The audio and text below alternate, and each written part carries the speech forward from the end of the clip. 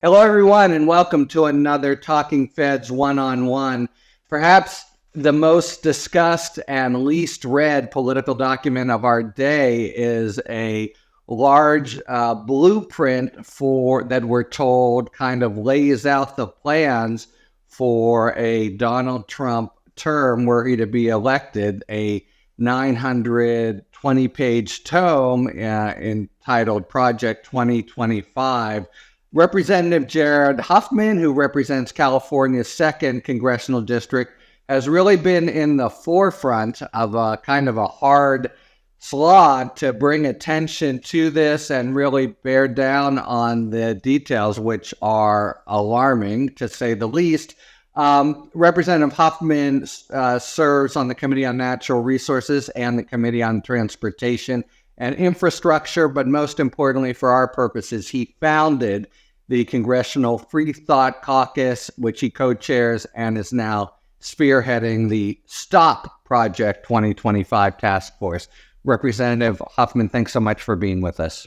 Thanks for having me, Harry. All right, so a very tall order to start with, and I won't ask you to give us the entire Cliff Notes to this doorstop of a project.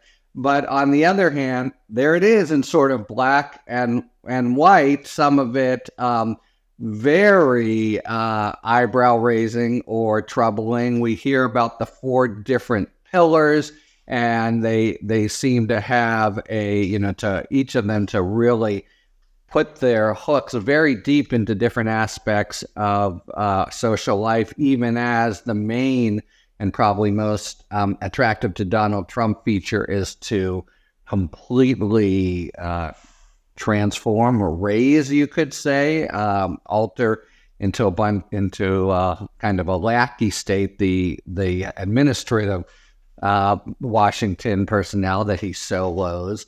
Can I just ask you, can we just talk for a few minutes about what is in this scary document and how it came to be?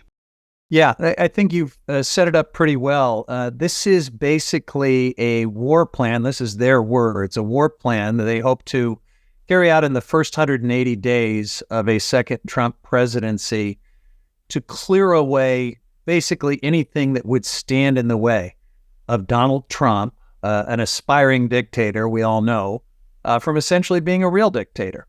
So the administrative state is a big part of that, but it goes even further than that. Agencies that have historically had some measure of independence from presidential dictates would be brought directly under Donald Trump's authority so that he could order the FDA, for example, to rescind its approval for mifepristone, so that he could tell the FTC and the FCC which corporate mergers get to be blessed and which ones don't. It's so sweeping that it sort of defies characterization in that way. But if it is successful, we're going to be left with a federal government that bears little resemblance to the American democracy that we have come to know.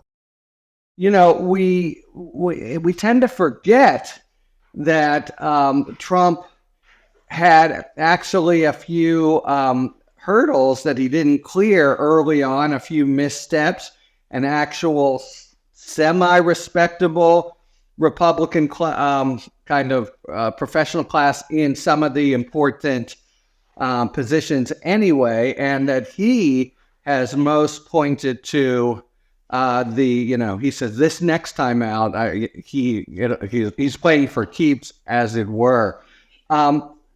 What you just said about the FDA, in legal terms, that means no more independent agencies. Is that what the document provides for? Definitely no more independent agencies. And that includes the Department of Justice, which right. They're making no secret of this, that it would be weaponized. Donald Trump would dictate which investigations and prosecutions are prioritized, and he's hinted very strongly that his political opponents would be on the receiving end of a lot of that.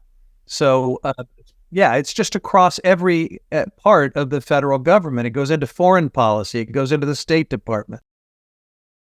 Family, religion, and the like. This was prepared I mean, Trump's ability to read, much less write a document of this magnitude, is dubious. And it was prepared by we're told that the Heritage Project is spearheads of sort of 100 different conservative groups. It's not a the part you've just described, complete autocracy and basically collapse of the checks and balances in government. That doesn't seem like a traditional conservative project. How is it that this essential whole who's who of conservative groups have come aboard what is essentially a help Donald Trump and the American Democratic project? Yeah, I think that's exactly what it is. And you've described it well. This is the completion of the MAGA takeover of what once was the conservative wing of American politics. Heritage never would have written something like this 40 years ago for Ronald Reagan.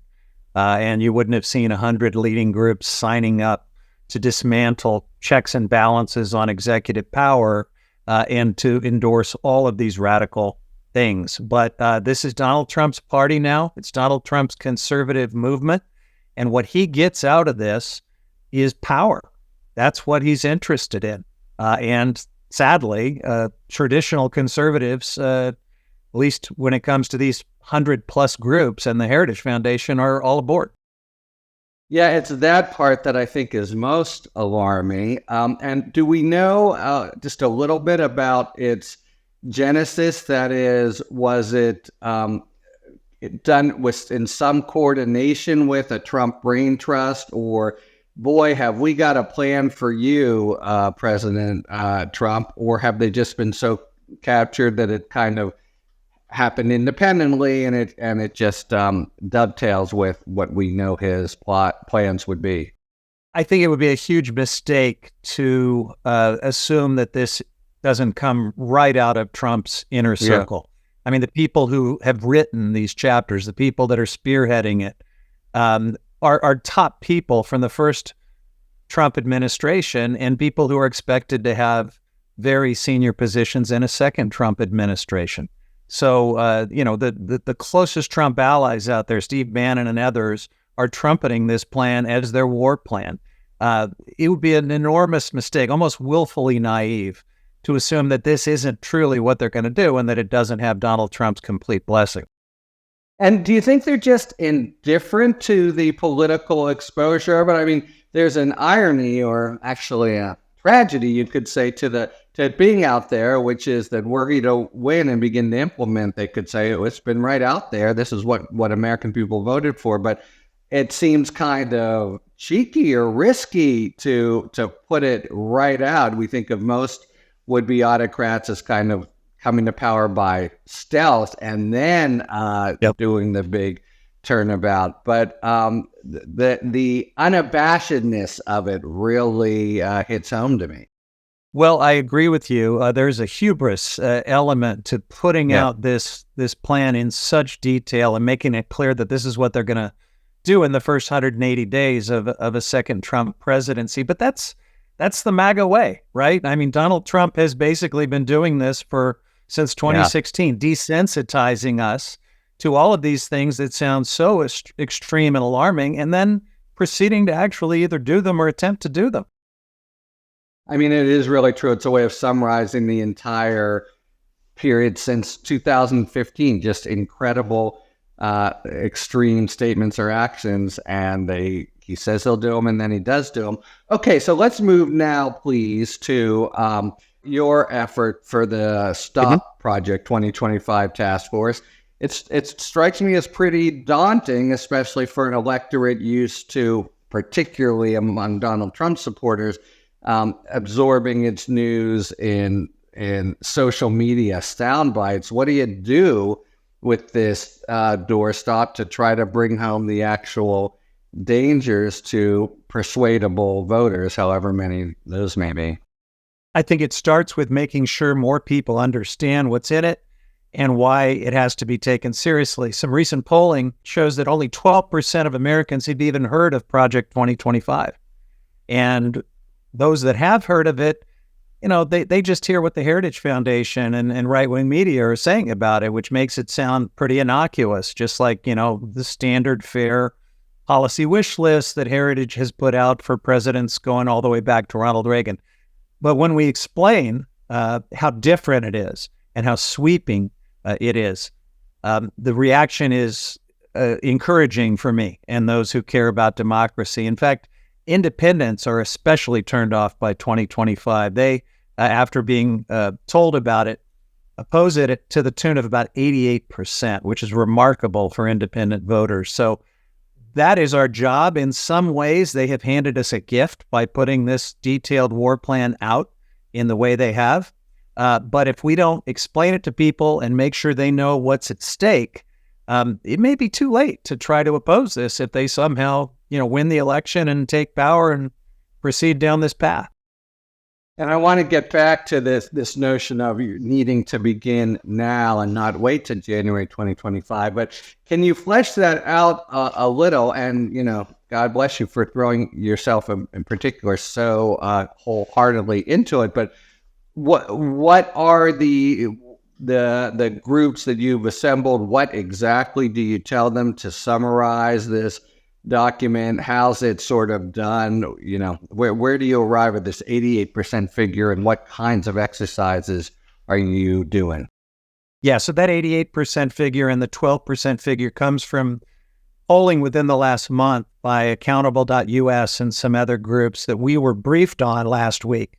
Our task force is going to hold a series of subject matter briefings. We started last week with messaging and polling to get the latest information. We're going to now go subject by subject through Project 2025 with some of the top outside groups and scholars. We're working with more than a dozen leading outside groups. And then in September, we're going to have a public-facing hearing that will really be, the big contribution that I hope we make to this, where we roll up the highlights of what we have learned and explain them to the American people. So that's kind of the plan, and I'm super encouraged that many in the media are starting to talk about this now, and it's beginning to be on the political radar screen. It is, but in exactly this challenging way. I've been on several, TV shows, whatever, where it comes up, but it's just this.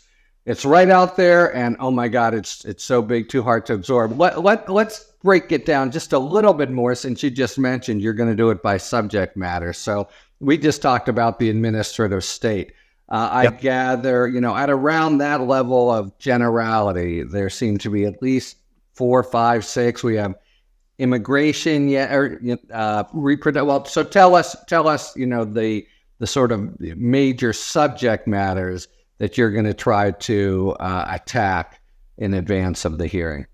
Yes, you certainly touched on a few just right there. So the administrative state and executive power, basically clearing away checks and balances on executive power, I think would be the overarching heading. That might take more than one briefing because there is so much in Project 2025.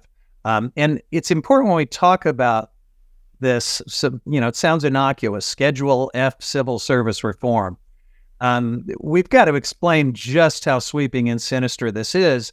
And the head of the Heritage Foundation did us a favor over the weekend because he gave an interview on MSNBC where he explained that it's going to be way more than just 50,000 people that get fired. They're going to do complete searches of everybody's social media, of any donations they've ever made to political campaigns, and they're going to do this wholesale firing across every federal agency. So that's disturbing. It is a political litmus test, a loyalty test. It's a cataclysm. I've been in agencies where there's a little bit of a political transition, and just the sort of stratum of new political appointees has a big impact. But something like that it would be the end of independent regulation government. Okay. Exactly. So, and they do it through this mass reclassification of folks so that they would all become at-will employees, terminable by this new dictator / president.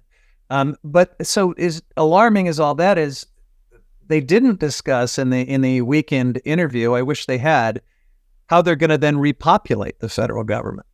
And that part is equally disturbing because the Heritage Foundation and other groups are building these databases. So believe it or not, you're going to see tens of thousands of people fired allegedly for, being Democrats or supporting Democrats.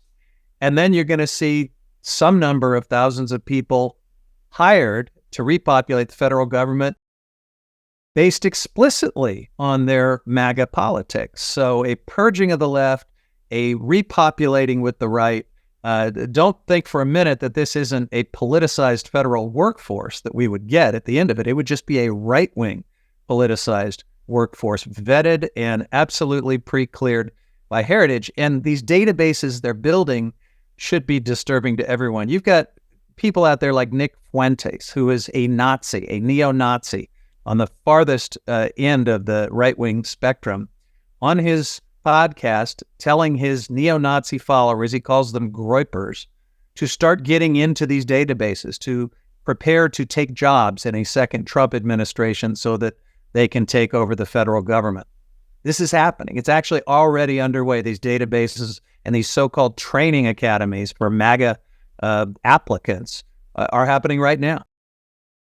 And let me just say, I mean, you are really, really not being alarmist. We saw the evidence. Look at January 6th and just the people, good Republicans, but with some spirit of civil service, like within the executive branch, the people who said, look, if you try to just purge everything, we're going to resign, which was considered a golden moment, or the White House counsel and the White House counsel deputy, who will be witnesses at the January 6th trial, if there ever is one, just standing up for the rule of law. So we talk about whether and to what extent the courts have held, but the first step there in their holding is a government somewhat adherence to broader principles of law coming in and making the claim on behalf of the values that have been, perennial.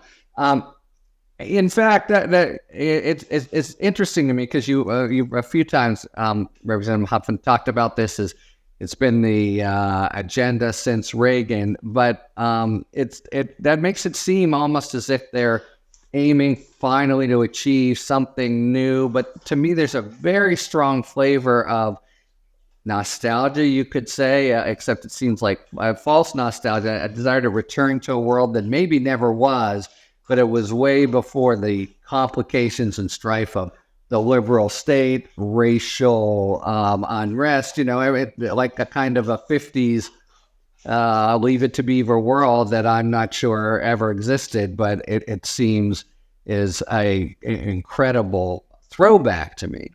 What you've just described, I think, is part of this Christian nationalist element of Project 2025. It's a big part of it. And it idealizes this false notion that the United States was established to be a Christian nation, to be a religious nation. Right. It diminishes any type of church-state separation. And it would, for example, dust off these old morality codes from the 1870s, from the Comstock Act, and use those to carry out this culture war agenda that is deeply unpopular with the American people, but is absolutely animating for folks at the Heritage Foundation and the MAGA world. So you're going to see librarians and teachers and others throughout government criminalized if they talk about homosexuality or other things in ways that offend the extreme religious sensibilities of these folks. And, the people like Russ Vought and others who are the architects of this are unabashed Christian nationalists. They want to codify the Christian Sabbath, for example, make it so that employers who ask employees to work on the Christian Sabbath have to pay overtime. They want to do a whole bunch of other things that are just deeply dystopic and at odds with our secular government, church-state separation, and lots of our individual liberties. So, these Comstock morality codes include the authority to ban abortion nationwide, and that's absolutely what they're going to do. They're coming for LGBTQ equality and many other rights. So And it is to be again, taken very seriously. unabashedly, we tape on the 2-year anniversary of the Dobbs decision, and it's a reminder that, as you say, when these specific policy positions are put up to the American people, they this is just one of many problems, but they disagree with them. So it's a kind of a shoving down the throat of a society that we would not vote for. Okay, I want to understand better, if you don't mind. So your view is it's not enough to hold your breath, hope Trump loses, and if he doesn't, then start fighting the Project 2025 fight. That even with the election undecided, it's essential to be going into battle about it now. Can you explain a little why that's so, and then just tell me, your basic plans? Yeah. So look, the first thing, the most important thing, maybe right now the only thing that we can do to stop this is to educate the American people about what is in it. And that's where, it is encouraging to see polling that shows that when told about Project 2025, there's an overwhelming response. People want nothing to do with this, these morality codes and this right-wing authoritarianism that is all about Project 2025. So, look, will we need to have contingency plans in the unthinkable scenario that these guys win the election? Absolutely. But, much of that will depend on how the election goes. The surest way to stop it is to just win and then go to work codifying and fortifying our statutes, things we used to take for granted as norms and institutional backstops are going to have to be rethought. They're going to have to be codified in a strong way, certainly reproductive choice and other rights, but probably much more than that. The civil service and other things will need to be fortified through legislation. But we got to win the election to get there. And if we don't, people just need to understand you're left with suboptimal tools. There's no scenario where we roll over and let this happen. But you're left with legal challenges and, grassroots political resistance and things like that, which, I would much rather win the election and kill this thing instead of playing defense with those strategies. Yeah. And in some ways, the most sober, it's a kind of lesson in Trump years is things that you expect will hold, you realize are kind of dependent not just on laws, but norms and good faith conduct, and B, those very norms and conduct can be violated. Okay, but you we're at 12%, Representative Huffman. So is the concrete plan to get to 50, 60, and you've averted a couple times to a hearing. Tell us in specifics the game plan for really getting the word out here. Yeah, so I've got more than a dozen members of Congress on this task force now, and it includes some of our very best messengers in the House of Representatives. You got leaders from all of the different caucuses across the political spectrum, the Black Caucus, the Hispanic Caucus, Equality Labor Caucus, My Free Thought Caucus, the Progressive Caucus, people from the New Dems. There is incredible interest and really unity in stepping up and bringing this message to the American people. And we'll be doing this in close partnership with more than a dozen leading outside groups that bring to the table some of the top scholars and experts in this space. So I think it's going to be incredibly compelling. I hope it gets a lot of attention when we roll out this hearing event in September. And, my hope is that it's going to set in motion some other ripples that will go through media and other ways of sharing information, and we will raise that awareness level. This can make a difference, and I think it should be part of our closing argument in the election. President Biden, by the way, is trying to talk about this as a democracy election. I think this is completely consistent with a lot of his messaging. Certainly among congressional Democrats, our leader, Hakeem Jeffries, has been, our most steadfast, disciplined messenger. He talks about right-wing MAGA extremism all the time. So this is very consistent with all of that messaging, but in some ways it's much more specific, and I think a really compelling part of our closing argument. Thanks for tuning in. If you enjoyed this video and other Talking Feds content, please take a second to like and subscribe. Talk to you later.